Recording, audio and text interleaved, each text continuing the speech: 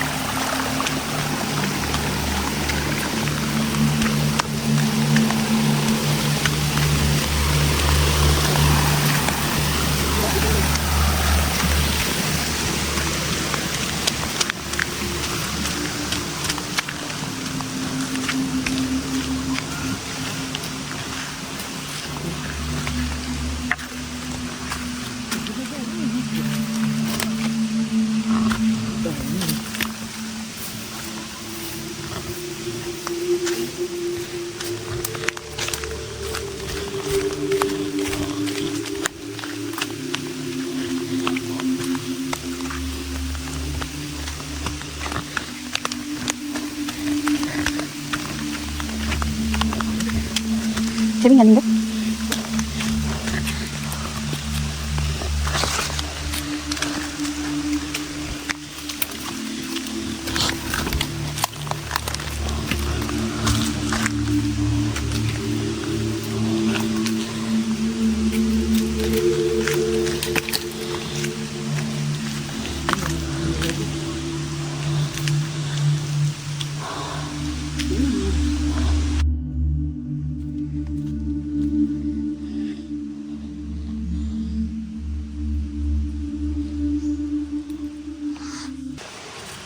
ඔයාලට දැන් දැක ගන්න පුළුවන් අපි දැන් ආවා මේක තමයි ඇඳගල කියන ස්ථානය. මේක මේ තනිකර ගල් පෙට්ටියක් වගේ තමයි තියෙන්නේ. එතකොට ගල් පෙට්ටියක් වගේ තමයි තියෙන්නේ. මේ නිසා වෙන්න ඕන මම හිතන විදිහට මේ මෙම ස්ථානෙට ඇඳගල කියලා නාමය වැටලා තියෙන්නේ.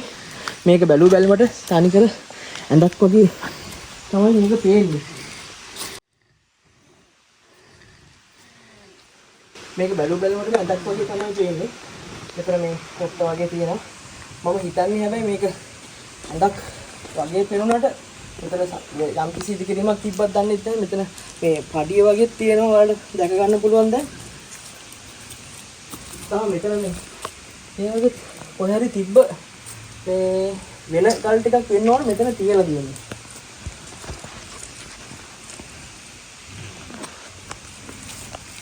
මෙතන එහාට විශාල සම්පූර්ණයෙන් මේ පෙට්ටිය වගේ එක හදලා තියෙන්නේ මේ පෙට්ටිය වගේ එක හදලා තියෙන්නේ මේ තනි කළු ගලේ. ඔයාලා පේනවා ඇති මේ විශාල කළු ගලක් තියෙන. මේ කළු ගලෙන්ම තමයි මේක නිර්මාණය කරලා තියෙන්නේ මෙතන.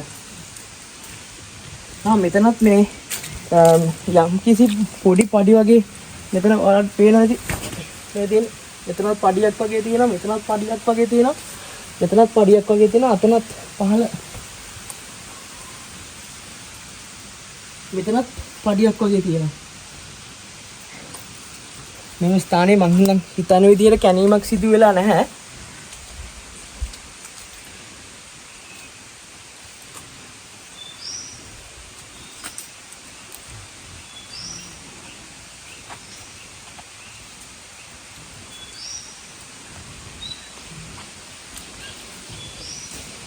මෙතන මේ පොළවේ තියෙන විශාල කළු ගලෙත් මේ කිසියම් මේ මෝස්තරයක් වගේ මේ විදිහකට තමයි ඔයාලට පේනවා ඇති. මෙතන නිකන් ලීවල් ගිහිල්ලා වගේ තමයි මේ තියෙන්නේ.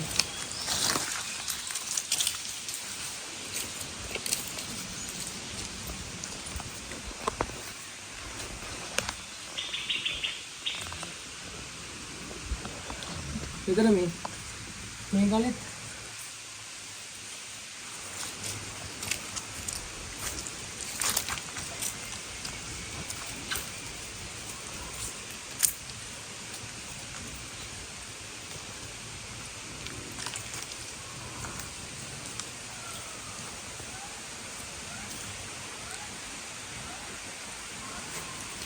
මේ විශාල ගලෙත් යම් කිසි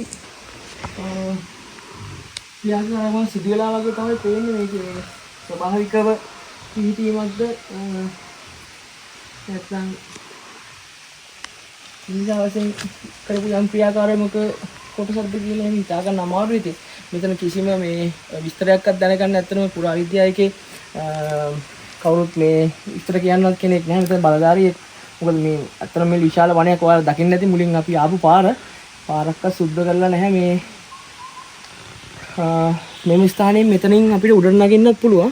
අපි දැන් මේ ආරංචි වුණ විදිහට තව උඩ ලෝකේ කොහෙවත් නැති ඉතා සුවිශේෂීම පොකුණක් තියෙනවා කියලා තමයි අපිට මේ ආරංචි වුණේ. මේ අපේ ගම්වාසීන් පවසපු විදිහට අපි දැන් ඒකටත් ගිහිල්ලා බලමු අපිට මේ යම්කිසි ගවේෂණයක් කරගන්න හැකියාව තියෙනවද කියලා.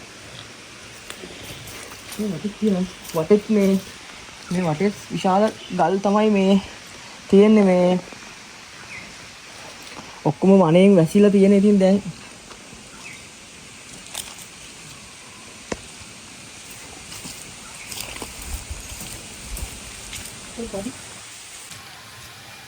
ගොඩක් දෙනෙකුට හිතෙන්න පුළුවන් ඇත්තටම මේක මේ කොන්ක්‍රීට් එකක් එහෙම කියලා. හැබැයි මෙතන එහෙම කොන්ක්‍රීට් එකක් නෙවෙයි තියෙන්නේ. මේක මේ කණු ගල තියෙන්නේ. මේ කණු ගලේ තමයි මේ සම්පූර්ණයෙන් මේ ඉදිකිරීම ගල් ඇඳක් හෝ යම් කිසි වෙන ඉදිකිරීමක් හෝ කරලා තියෙන්නේ. ඒ කියන්නේ ඔයාලට දැක ගන්න පුළුවන් මේ සයිඩ් එකෙන් මේ ගල ඇඳ තියෙන්නේ. සම්පූර්ණයෙන් මෙතන මේ ජොයින්ට් එක මේ ඉස්මෝලයක් ජොයින්ට් එක නැහැ. මේ කොන්ක්‍රීට් එකේ තියෙන්නේ.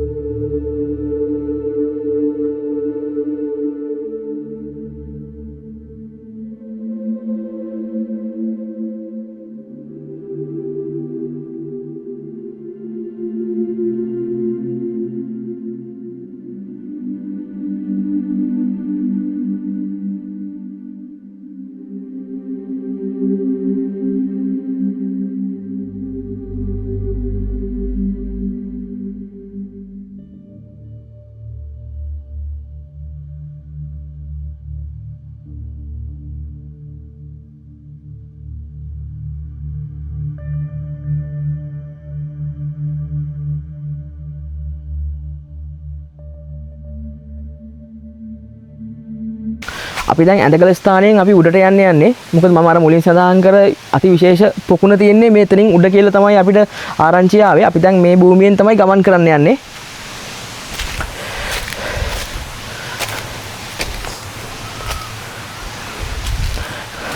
මෙතන එහා පැත්තේ දොළ පාරකුත් යනවා.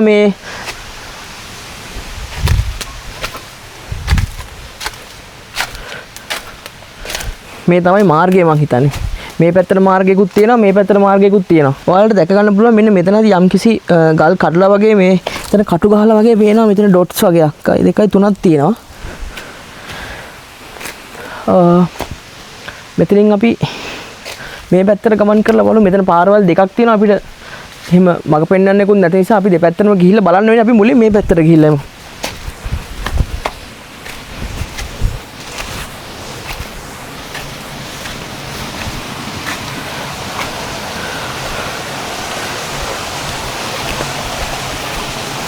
මේ වань මෙතන ගල් කණු තියෙන්නේ සම්පූර්ණයෙන්ම. මේ තියෙන්නේ මම මුලින් සඳහන් කර දොළ පාර. මේ දොළ පාරක් එක්කම මෙතන ඔයාලට පේනවා ඇති නටමුන් රාශියක් තියෙනවා ගල් කණු. ඇත්තටම මේවා ගහගෙන ගිහිල්ලා වගේ තියෙන්නේ වතුර පාරේ සැරට. මෙතන විනාශ වෙලා තියෙන්නේ මේ ඔක්කොම.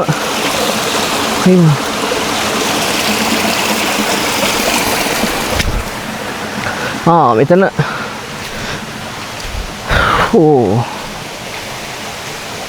මෙතන තිබිලා තියෙනවා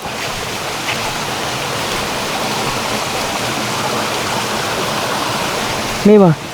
මෙතන තිබිලා තියෙනවා විශාල මම හිතන්නේ පොකුණක් ආකාරයට තමයි තියෙන්නේ. මෙතනින් තව ඇතුළට ගොඩාක් මම හිතන්නේ සමහරවිට මෙතන නිදන් හොරු හාරලා විනාශ කරලා තියෙන්නේ මේක.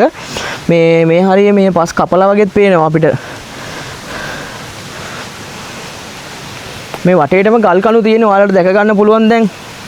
අර එහා පැත්තේ තියෙනවා ගල් කණු.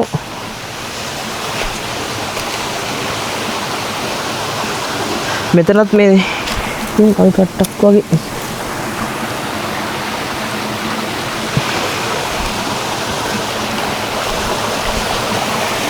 මේ දිගටම දොළ පාරේ මේ බලන්න. මෙතන මුරගලක් ආකාරයට යම්කිසි දෙයක්ත් පේන්න තියෙනවා.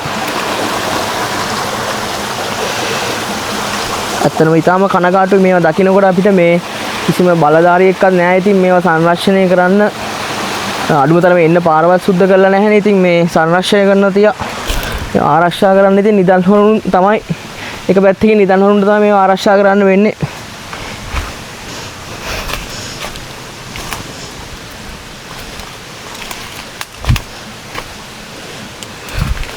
මෙතන මොකක් හරි ඉදිකිරීමක් තමයි තිබිලා තියෙන්නේ. මෙතන මේ පොකුණක් ආකාරයට තමයි අපිට දිස් වෙන්නේ. ඒ වුණාට පොකුණක් තිබ්බා කියලාත් හිතන්න අමාරුයි. සමහර විට මේක පාදමක් වෙන්නත් පුළුවන්. ඉතින් දැන් මේ ඔක්කොම කැලෑ වෙලා තියෙන නිසා මේ වර්තමානයේ තියෙන පරිසරයත් එක්ක අපිට ඒක හිතා ගන්න අමාරුයි. නටමුන්ගේ මේ තියෙන වෙදී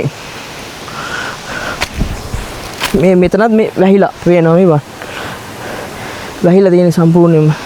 එතනත් ගල් කණුවක් තියෙන්නේ.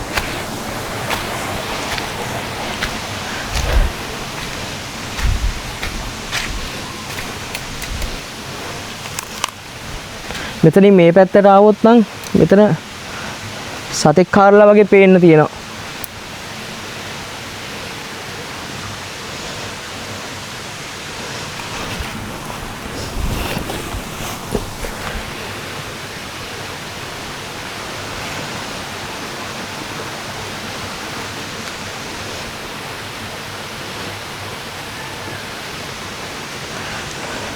මෙතනින් මේ පැත්තට આવොත් මේ බලන්න මෙතන සතෙක්ගේ අඩි සලකුණක් වගේ තියෙනවා.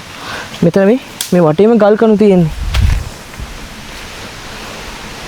මේ වටේම ගල් කණු තියෙන්නේ.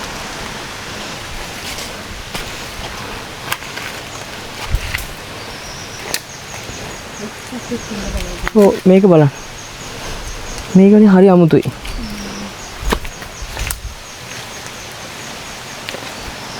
මේ බලන්න.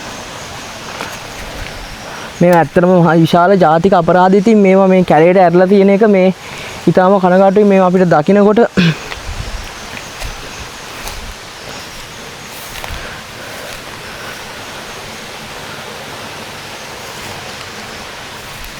මේත් ගල් කණු වැහිලා තියෙන කැලේ ඇතුලේ.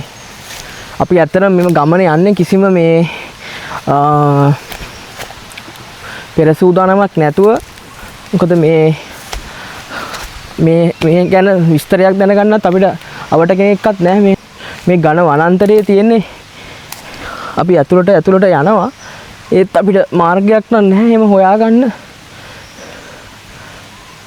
බැලුමට ඔයාලට පේනවා ඇති මේ සම්පූර්ණයෙන් මේ කළු ගල් තමයි වටේම තියෙන්නේ.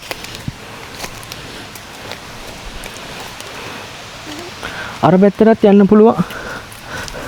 මේ පැත්තටත් පාරක් තියෙනවා.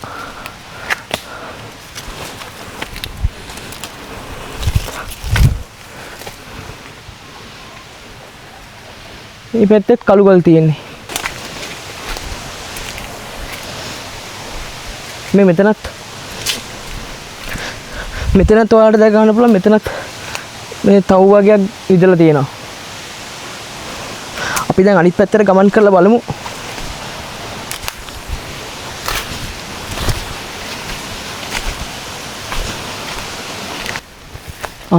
අතන අපිට ගල් පඩිපෙළ පේනවා. මම හිතන්නේ අපි ආපු ස්ථානයේ තමයි මම හිතන්නේ මේ අර මම කියපු සුවිශේෂී පොකුණ තියෙන්නේ. එතන නගින්න නම් ඊටාම අපහසු මේ යන මාර්ගයෙන්. මෙතන ගල උඩින් තමයි නගින්න ඕනේ. මම මුලින් නගින්න බලන්න. සෙරප්පු නම් ගලවන්න වෙනවා.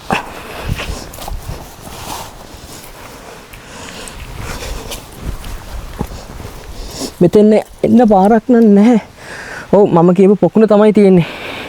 ඔයාලා දැක්ක දැන් අපි අතරින් අතන පල්ලෙහා ගාල් පර්වතයෙන් උඩට නැගලා ආව මෙතෙන්න. දැන් අපි මෙතන පඩිපෙළ ටික පේනවා පොකුණේ.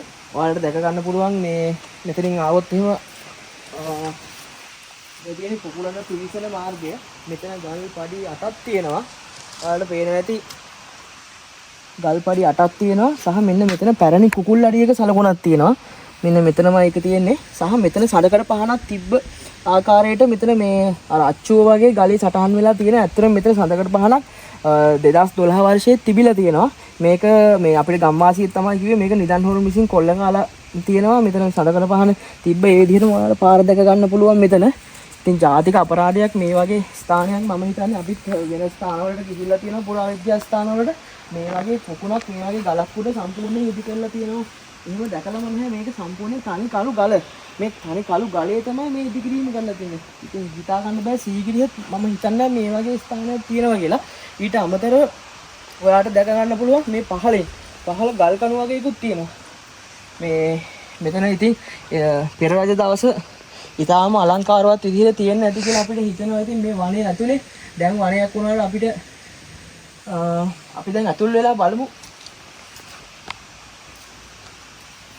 මේ පියකට පෙළ නැගලා තමයි පොකුණට ඇතුල් වෙන්න ඕනේ.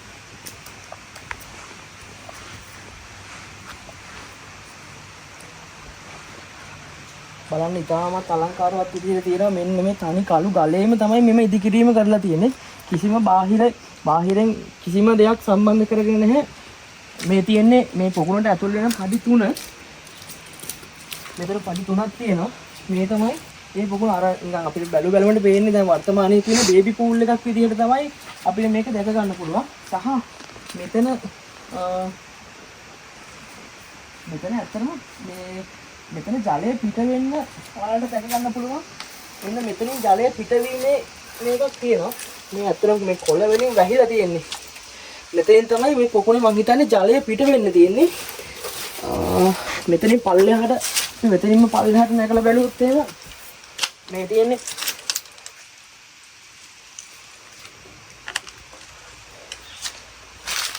මෙතනින් මේ බලන්න ඔයාලට පේනවා ඇති මෙතනින් තමයි ජලය එළියට යන්න තියෙන්නේ.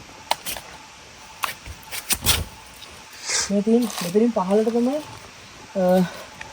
මේ පැත්තෙන් අපි බැලුවොත් එහෙම තියෙනවා. මෙන්න මෙතනින් තමයි ජලය එළියට එන්නේ ඇතුළේ තියෙන්නේ. හැබැයි මෙතන ජලය ඉතාම කුඩා සිදුරක් තමයි තියෙන්නේ ජලය පිට වෙන්න.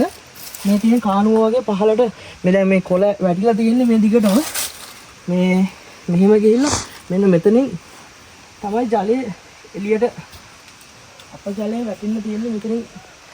එහාට දැන් මෙතන දැන් වර්තමානයේ අපිට පේන්න තියෙන්නේ මේ විශාල කැලයක්. ඒ වුණාට අතීතයේ මෙතන තව ඉදිකිරීමක් තියෙන්නේ නැති. මෙතන තවත් ගැටලුවක් තියෙනවා. මෙතන ජලය ආපු විදියක් පෙනෙන්නට කිසිවක් නැහැ. මෙතන ජලය ආපු විදියක් නම් ඇත්තටම අපිට හොයාගන්න බැහැ. මේ පැත්තෙන් ජලය ආවා කියන කිසිම සාධකයක් හරිය නැහැ. එහා පැත්තෙන් යනවා දොළ පාරක්. ඔයාලට සද්දෙත් ඇහෙනවා ඇති. අපි අර මුලින් ගියා මේ එතනත් මේ වගේම පොකුණක් තියෙනවා.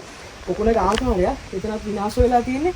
සමහර විට එතනින් ජලය මෙහෙට යම් කිසි ක්‍රමවේදයකින් ගෙනවද දන්නෙත් නැහැ. එහෙම වෙන්නත් පුළුවන්. මෙතන මේ මෙන්න මෙතන කැඩිලා තියෙනවා මේ ගල. ඉතින්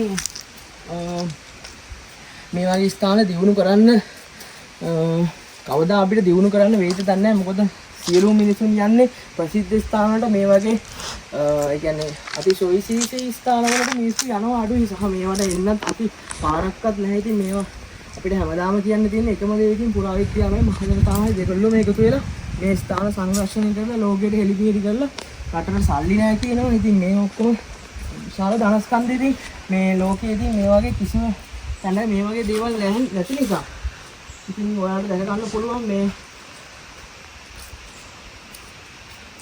තාම අපරාධයක් තියෙන හරියම කනගාටුයි මේවා දකිනකොට.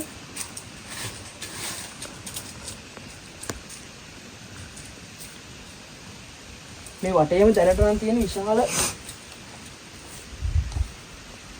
මේ පණි කළු ගල ඉදි කරපු අති සුවිශේෂීම පොකුණක් ඉදි.